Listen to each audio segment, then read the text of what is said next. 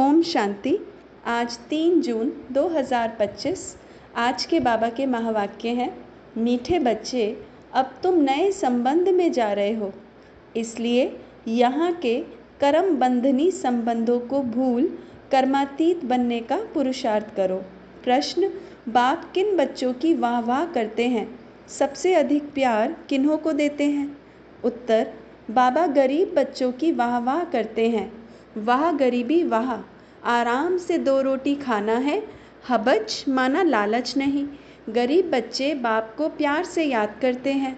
बाबा अनपढ़े बच्चों को देख खुश होते हैं, क्योंकि उन्हें पढ़ा हुआ भूलने की मेहनत नहीं करनी पड़ती है।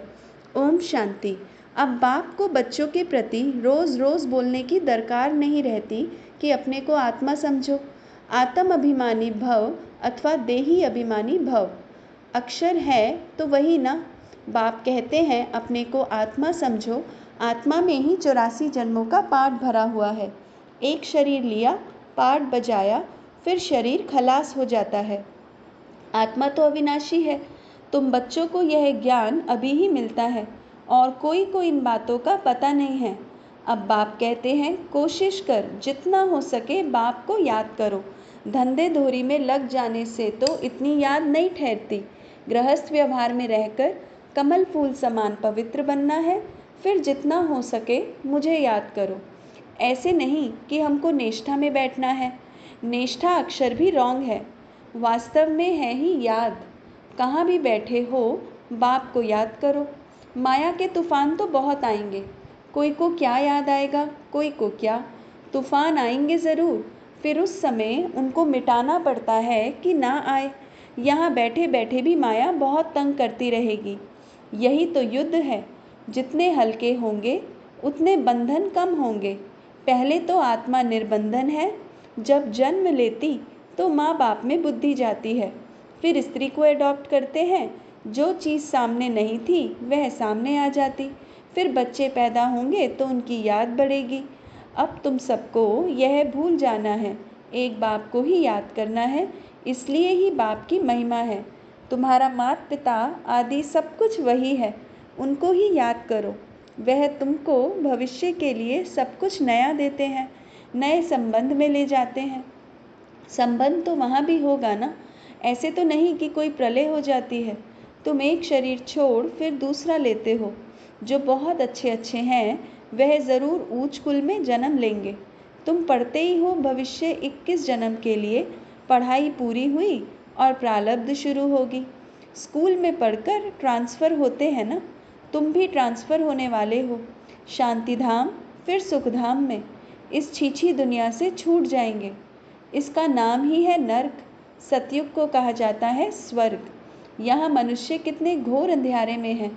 धनवान जो है वह समझते हैं हमारे लिए यहाँ ही स्वर्ग है। स्वर्ग होता ही है नई दुनिया में। यह पुरानी दुनिया तो विनाश हो जानी है। जो कर्मातीत अवस्था वाले होंगे वह कोई धर्मराजपुरी में सजाएं थोड़ी भोगेंगे। स्वर्ग में तो सज़ा होगी ही नहीं, वहाँ गर्भ भी महल रहता है, कोई दुख की बात नहीं। यहाँ तो गर्भ जेल है, जो सजाएं खाते रहते हैं। तुम कितनी बार स्वर्गवासी बनते हो यह याद करो तो भी सारा चक्र याद रहे। एक ही बात लाखों रुपयों की है। यह भूल जाने से, देह अभिमान में आने से माया नुकसान करती है। यही मेहनत है। मेहनत बगैर ऊंच पद नहीं पा सकते। बाबा को कहते हैं, बाबा हम अनपढ़े हैं, कुछ नहीं जानते। बाबा तो खुश होते हैं, क्योंकि यहाँ तो पड़ा हुआ सब भूलना है। यह तो थोड़े टाइम के लिए शरीर निर्वाह आदि के लिए पढ़ना है। जानते हो ना, यह सब खलास होने का है। जितना हो सके बाप को याद करना है और रोटी टुकड़ा खुशी से खाना है। वहाँ गरीबी इस समय की, आराम से रोटी टुकड़ खाना है, हबच नहीं। आजकल अनाज मिलता कहाँ है, चीनी आदि भी धीरे धीरे करके मिलेगी ही नहीं। ऐसे नहीं तुम ईश्वरीय सर्विस करते हो तो तुमको गवर्नमेंट दे देगी, वह तो कुछ भी जानते नहीं। हाँ, बच्चों को कहा जाता है गवर्नमेंट को समझाओ कि हम सब मिलकर माँ बाप के पास जाते हैं, उन्हों को बच्चों के लिए टोली भेजनी होती है। यहाँ तो साफ कह देते हैं कि है ही नहीं। लाचारी थोड़ी दे देते हैं।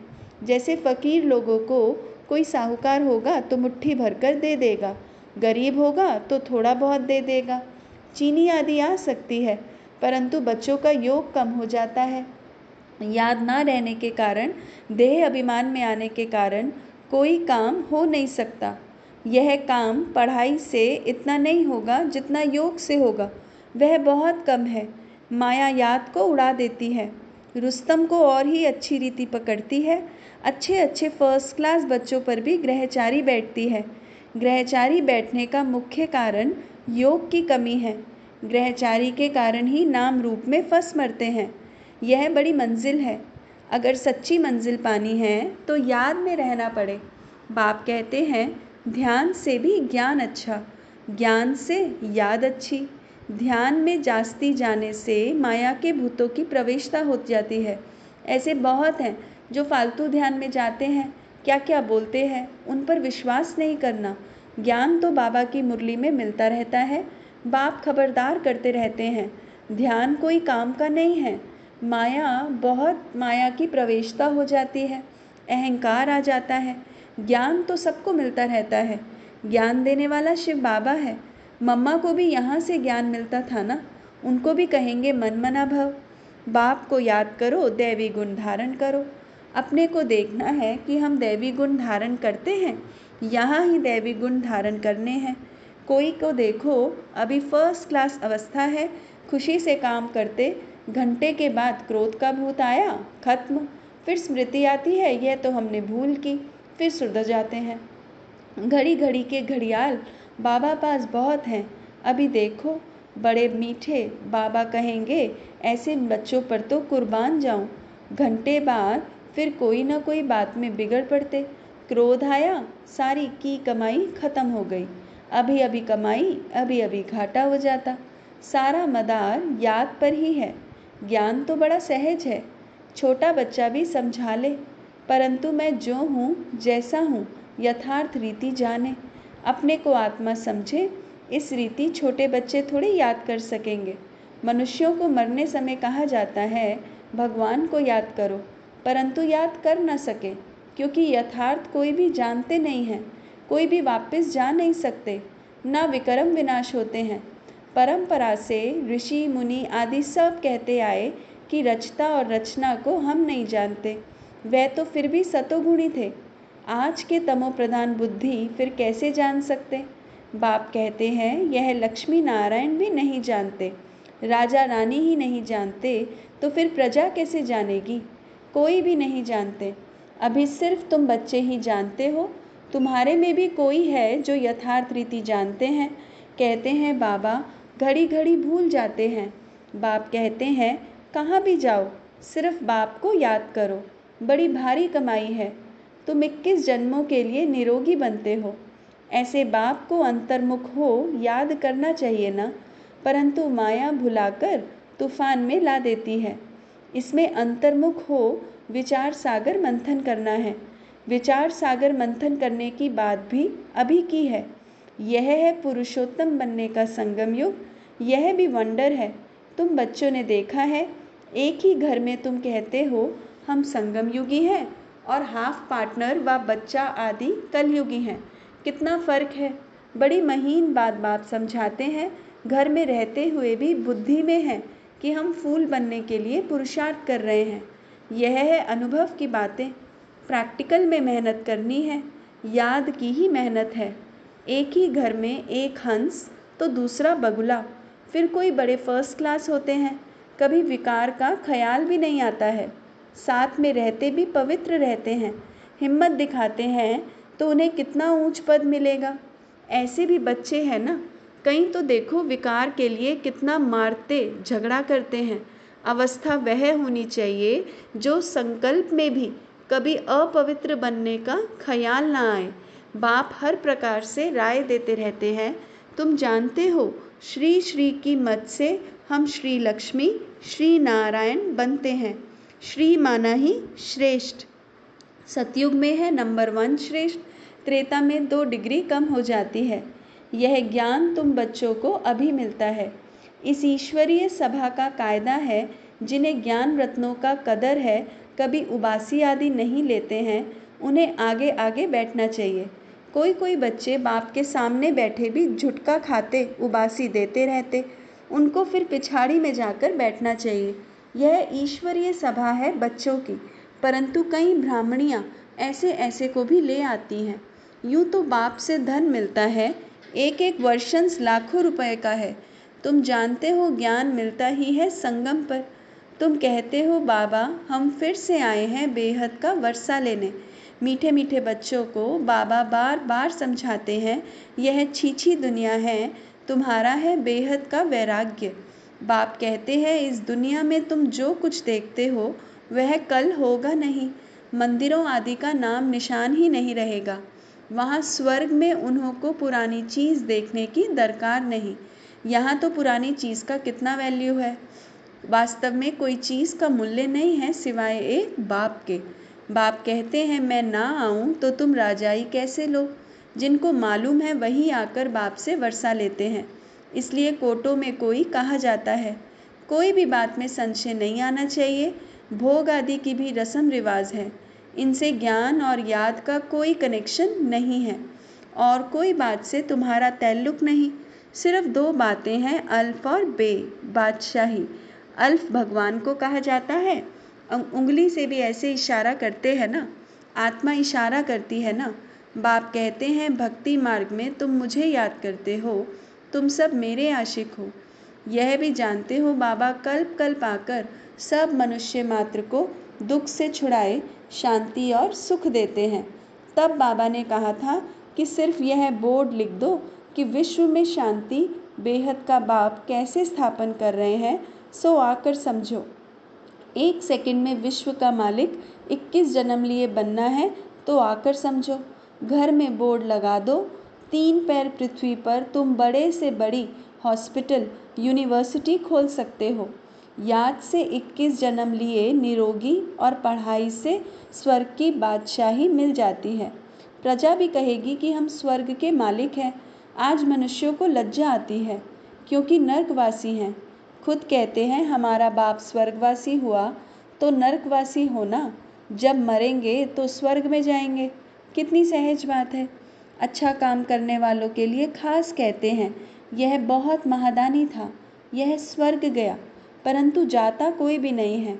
नाटक जब पूरा होता है तो सभी स्टेज पर आकर खड़े होते हैं। यह लड़ाई भी तब लगेगी जब सभी एक्टर्स यहाँ आ जाएंगे, फिर लौटेंगे। शिव की बारात कहते हैं ना, शिव बाबा के साथ सभी आत्माएं जाएंगी। मूल बात अभी 84 जन्म पूरे हुए, अब इस जुत्ती को छोड़ना है। जैसे सर्प पुरानी खाल छोड़ नई लेते हैं, तुम नई खाल सतयुग में लेंगे। श्री कृष्ण कितना खूबसूरत है, कितनी उसमें कशिश है, फर्स्ट क्लास शरीर है, ऐसे हम लेंगे। कहते हैं ना हम तो नारायण बनेंगे, यह तो सड़ी हुई छीछी खल है। यह हम छोड़ कर जाएंगे नई दुनिया में। यह याद करते खुशी क्यों नहीं होती जब कहते हो हम नर से नारायण बनते हैं। इस सत्यनारायण की कथा को अच्छी रीति समझो, जो कहते हो वह करके दिखाओ। कहनी करनी एक चाहिए, धंधा आदि भी भल करो। बाप कहते हैं हाथों से काम करो, दिल बाप की याद में रहे। जितनी जितनी धारणा करेंगे उतना तुम्हारे पास नॉलेज की वैल्यू होती जाएगी। नॉलेज की धारणा से तुम कितना धनवान बनते हो। यह है रूहानी नॉलेज। तुम आत्मा हो, आत्मा ही शरीर से बोलती है, आत्मा ही ज्ञान देती है, आत्मा ही धारण करती है। अच्छा, मीठे मीठे सिकिलदे बच्चों प्रति माता पिता बाप दादा का याद प्यार और गुड मॉर्निंग। रूहानी बाप की रूहानी बच्चों को नमस्ते। हम रूहानी बच्चों की रूहानी माता पिता बाप दादा को याद प्यार, गुड मॉर्निंग और नमस्ते। ओम शांति। धारणा के लिए मुख्य सार पहला है, इस पुरानी दुनिया की पुरानी चीज़ों को देखते हुए भी नहीं देखना है। नर से नारायण बनने के लिए कहनी करनी एक समान बनानी है। अविनाशी ज्ञान रत्नों का कदर रखना है, यह बहुत बड़ी कमाई है। इसमें उबासी या झुटका नहीं आना चाहिए। नाम रूप की ग्रहचारी से बचने के लिए याद में रहने का पुरुषार्थ करना है। वरदान, बाप की छत्रछाया के नीचे नाजुक परिस्थितियों में भी कमल पुष्प समान न्यारे और प्यारे भव। संगम युग पर जब बाप सेवाधारी बन कर के आते हैं तो छत्र छाया के रूप में बच्चों की सदा सेवा करते हैं। याद करते ही सेकंड में साथ का अनुभव होता है। यह याद की छत्र छाया कैसी भी नाजुक परिस्थितियों में कमल पुष्प के समान न्यारा और प्यारा बना देती है। मेहनत नहीं लगती। बाप को सामने लाने से, स्वस्थिति में स्थित होने से कैसी भी परिस्थिति परिवर्तन हो जाती है। स्लोगन: बातों का पर्दा बीच में आने ना दो तो बाप के साथ का अनुभव होता रहेगा। ओम शांति।